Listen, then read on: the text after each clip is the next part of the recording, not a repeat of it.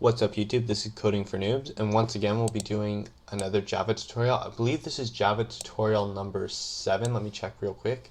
Yep, Java tutorial number 7, and in this tutorial we're going to learn how we can use the while loop in like a real application. So what we're going to do is, really quickly, we're going to import that namespace we did before, which is java.util, so import java.util.star, and that way we can use our scanner object that we were introduced to before.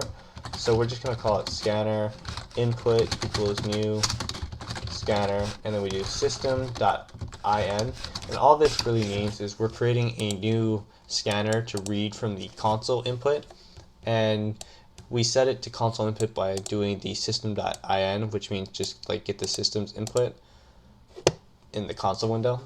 Anyways, back to what we were doing. We're going to create a few variables here as well. So we're going to do int end equals 0, and then we're going to do int start equals 0, and then int count equals 0. And basically all we're going to do is we don't need start, sorry. All we're going to do is we're going to create an application that starts at 0, and we're going to get the user input to see how far we have to loop for. So what we're going to do now is prompt the user for their input, and I spelled there wrong. So we're going to do system.out.print, please indicate how many times you wish to loop.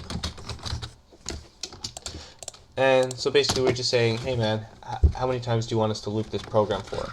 And we're going to set end is equal to input.next integer, because now we're using integers as our variable type, and I believe before we used this for doubles.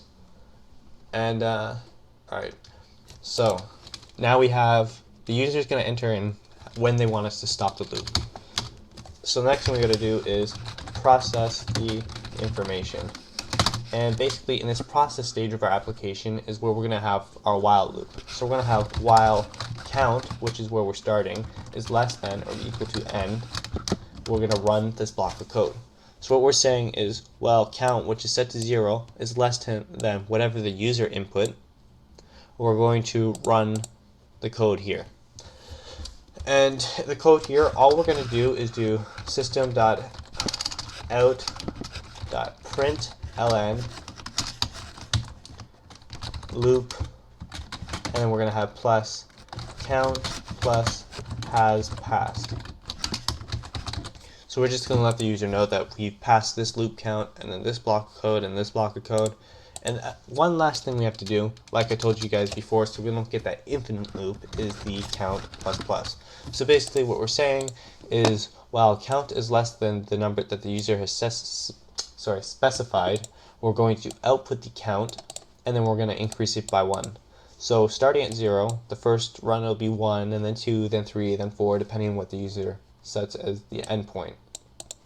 Afterwards, after our loop, we're just going to say, hey, we're going to say like an EOP, which means end of program, and we're going to say system.out.println thanks for using our program.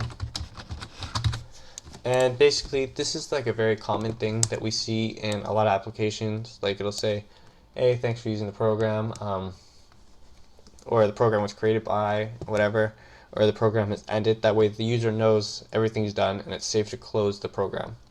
And just to make sure our code works, we're just going to run driver, and we'll see please indicate how many times you wish to loop. So just as a test, we'll do say 7, because lucky number 7. And as you can see, loop 0 has passed, loop 1 has passed, loop 2 has passed, 3, 4, 5, 6, and 7. And then we see thank you for using our program.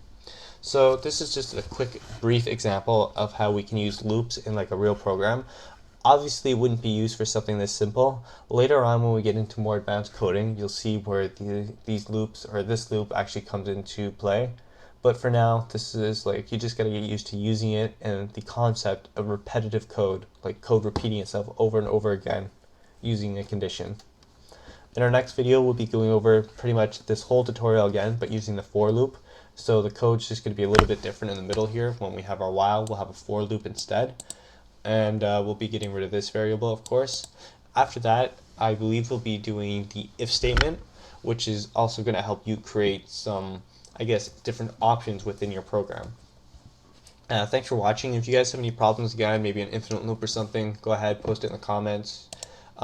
Actually, when you post in the comments, I'd prefer, sorry, just some Cisco stuff I happen.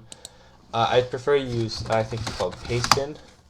If you could upload your code here, and you just type in whatever your code is, and then you can do Java, and then this stuff can all be left there. You just hit submit, and then you just give me the link. And you can just post that on the YouTube video, and it'll be a lot easier for me to see. And when I reply, I'll be doing the same thing, and I'll just give you a Pastebin link.